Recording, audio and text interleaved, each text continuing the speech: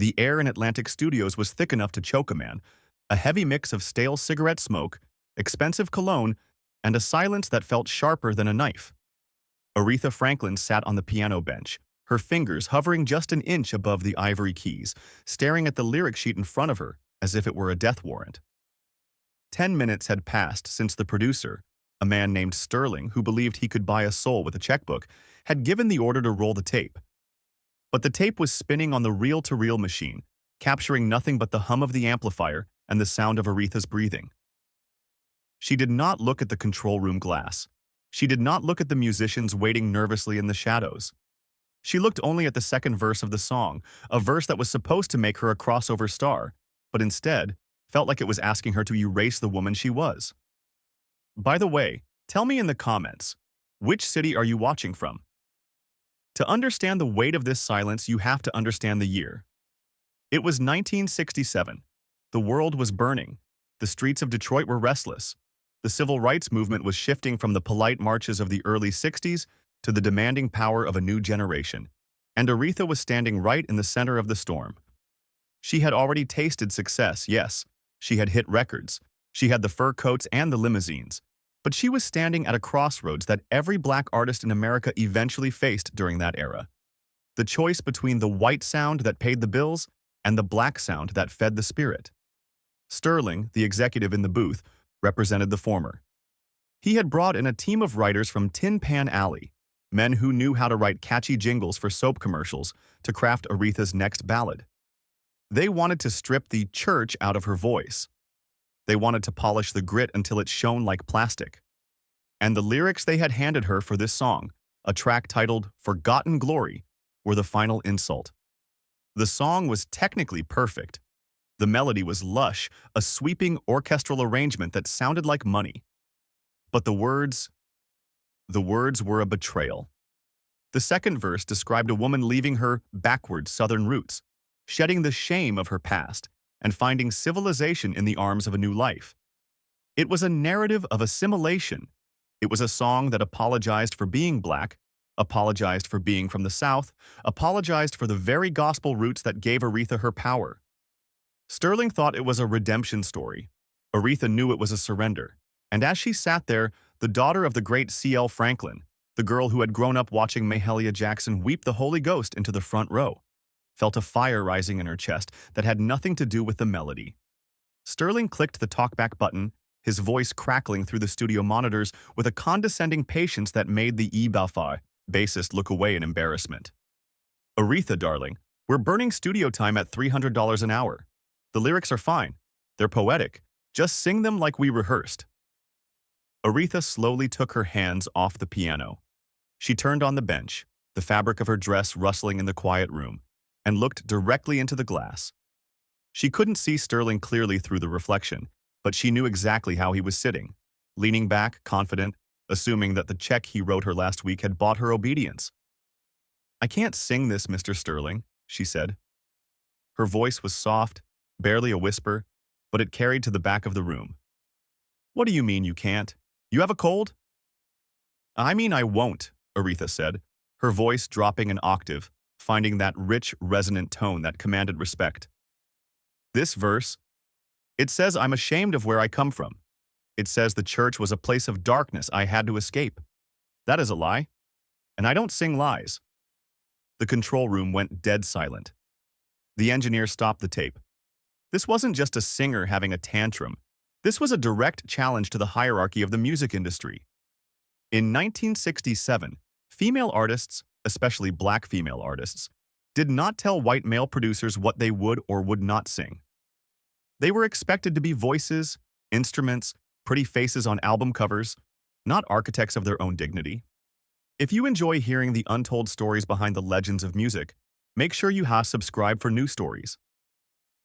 Right now, because what Aretha was about to do next would define the rest of her career. Sterling laughed, a nervous, dry sound. "Aretha, look. It's just a song. It's a character. You're playing a role, like an actress. It's not about you personally. It's about selling the record to the widest possible audience. The pop stations won't play a gospel shout. They want something refined." "Refined," Aretha repeated the word, tasting the bitterness of it. You mean white? I mean commercial, Sterling snapped, losing his patience. We have a marketing plan. We have a release date. We have investors. You think you can just stop a freight train because you don't like a few adjectives? Do you know how many girls in Detroit would kill to be sitting on that bench right now? You have a gift, Aretha, but don't mistake the gift for the power. We hold the power. We make the record. Aretha stood up. She was not a tall woman, but in that moment she seemed to fill the entire room. She walked over to the music stand, took the lyric sheet, and slowly, deliberately, folded it in half. Then she folded it again. And again. Until it was just a small, thick square of paper. She placed it gently on top of the piano. The gift comes from God, she said, her eyes flashing. The power comes from the people who feel that gift. You just own the microphones, Mr. Sterling. And microphones don't make a sound unless I open my mouth. She walked out of the vocal booth, past the stunned musicians, and headed for the heavy steel door of the studio. I'm going home. Call me when you have lyrics that respect my father's house. As the door slammed shut, leaving the studio in a shocked vacuum, Sterling threw his clipboard against the mixing desk. She'll be back, he screamed. She'll be back begging by tomorrow morning when she realizes she just breach of contracted herself into bankruptcy. But Aretha didn't go back the next morning, and she didn't beg. She went to her apartment on the Upper West Side, locked the door, and sat in the dark. The adrenaline of the confrontation was fading, replaced by the cold, creeping dread of reality. She knew Sterling wasn't bluffing about the contract. He could sue her. He could freeze her royalties. He could make sure that no other major label would touch the difficult diva. She was a single mother. She had bills. She had a family depending on her. Had she just thrown it all away for a verse?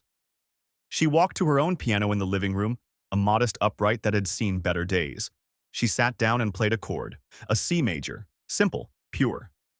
She thought about the song, Forgotten Glory. The melody really was beautiful. It haunted her. She started to hum it, closing her eyes, letting the music flow through her.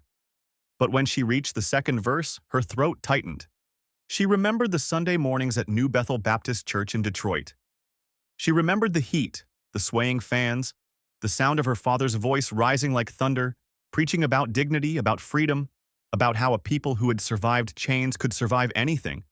To sing that those memories were shameful would be to kill a part of herself.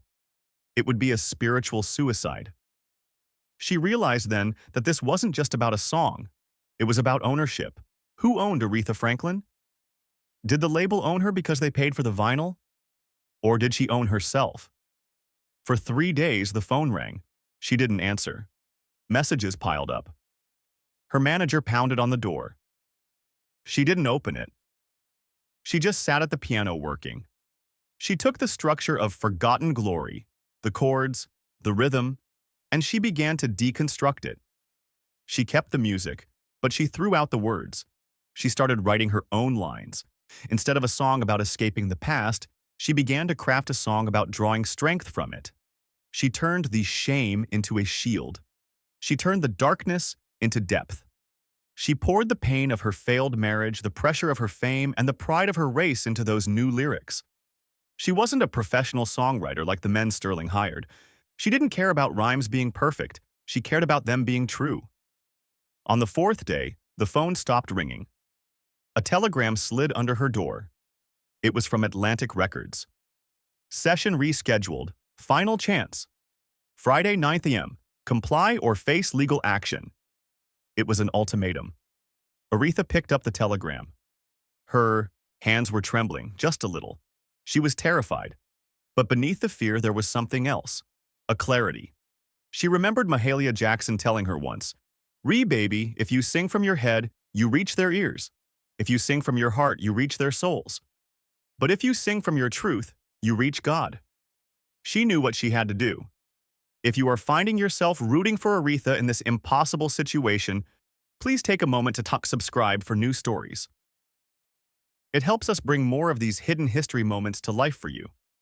Friday morning arrived with a gray, weeping rain over New York City.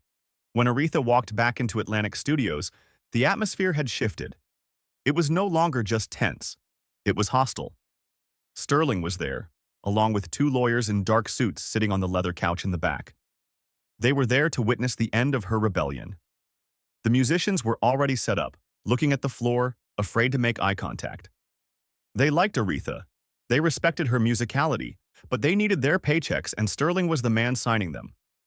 Sterling didn't even say hello. He just pointed to the vocal booth.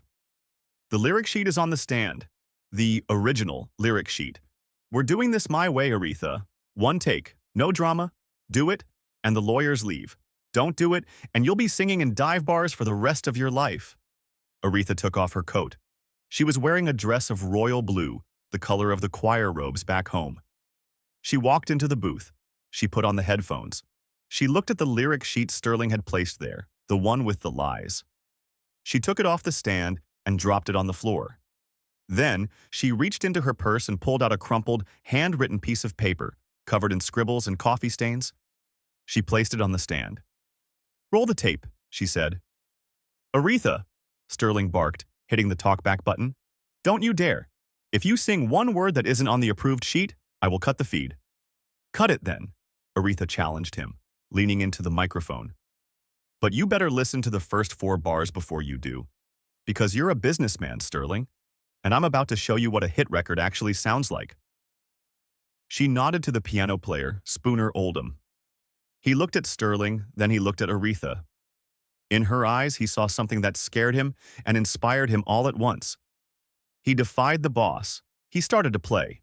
The intro was the same lush melody, but Aretha slowed it down. She dragged the tempo, making it heavier, funkier. The bass player caught the vibe and fell in. The drummer switched from a polite pop beat to a deep back-pocket groove. And then Aretha opened her mouth. She didn't sing the polite, whispered opening Sterling wanted. She unleashed a wail, a sound that started low in her belly and tore through her throat, a sound of pure, unadulterated soul. It was the sound of the church, the sound of the field, the sound of a woman who had cried enough tears to fill a river and decided to swim instead of drown. When she hit the second verse, the controversial verse, Sterling's finger hovered over the stop button. But he didn't press it, because Aretha wasn't singing about shame.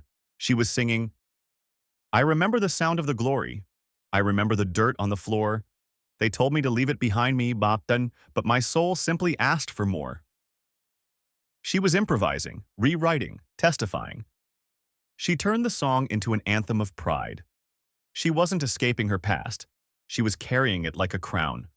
The energy in the room shifted instantly. The lawyers in the back sat up straighter. The musicians weren't just playing for a paycheck anymore, they were playing for her. They were locked in. The groove got deeper, the room got hotter. Sterling stood there, frozen. He knew music, he knew hits, and he knew in his gut that what was happening in that booth was magic. It was raw, it was unpolished. It was exactly what he said he didn't want, and it was undeniable. As Aretha climbed toward the climax of the song, she went off script entirely. She started call and response with herself, her voice soaring into the falsetto, then dropping into a growl. She was rewriting the narrative of her own life in real time. She was declaring that her blackness, her womanhood, and her history were not liabilities to be hidden, but assets to be celebrated. When the final note faded, a long, shimmering vibrato that seemed to hang in the air for eternity, there was silence. But this time, it wasn't the heavy silence of oppression. It was the stunned silence of awe. Aretha took off the headphones. She was sweating. Her chest was heaving. She looked through the glass at Sterling. The lawyers looked at Sterling. "You can't sue her for that," one of them whispered. That's a masterpiece." Sterling looked at the approved lyric sheet on his desk. Then he looked at Aretha. He slowly sat down. The arrogance was gone, replaced by the realization that he had almost destroyed the very thing he was trying to sell. He pressed the talkback button. His voice was different now, humbled. "That wasn't the song," Sterling said quietly. "No," Aretha replied, gathering her crumpled paper. "That was the truth. You can sell the song, Mr. Sterling. But the truth, that's mine. I'm just letting you borrow it." The session ended. The threats of lawsuits evaporated before the ink on the tape was even dry. The song, which was eventually released as a B-side under a different name, didn't become a massive #1 pop hit immediately. It didn't sell 10 million copies in a week. But it became something more important. It became a cult classic. It became the song that other singers whispered about, the recording that young artists listened to in the dark when they felt pressured to change who they were. But the real victory wasn't the recording, it was the precedent. From that day forward, Atlantic Records knew, you collaborate with Aretha Franklin, you don't command her. You don't hand her a script and expect a parrot. You hand her a microphone and expect a queen. This moment was the turning point. It gave her the confidence to push for the sound she really wanted on her next album. It gave her the courage to demand respect, not just the song, but the treatment. If she had folded in that studio, if she had sung the lyrics of shame, she might have had a hit for a month. But she would have lost the respect of the community that made her. And without that bass, without that authenticity, the Aretha Franklin we know today would never have existed. She would have been just another forgotten pop singer from the 60s. It's a lesson that goes beyond music. In a world that is constantly trying to edit you, to polish you, to make you more palatable for the masses, the most revolutionary thing you can do is refuse to be rewritten. Aretha Franklin understood that her legacy wasn't just about how high she could sing, but about how deep she could stand. She stood on the foundation of her father's church, on the pain of her own life, and she refused to move.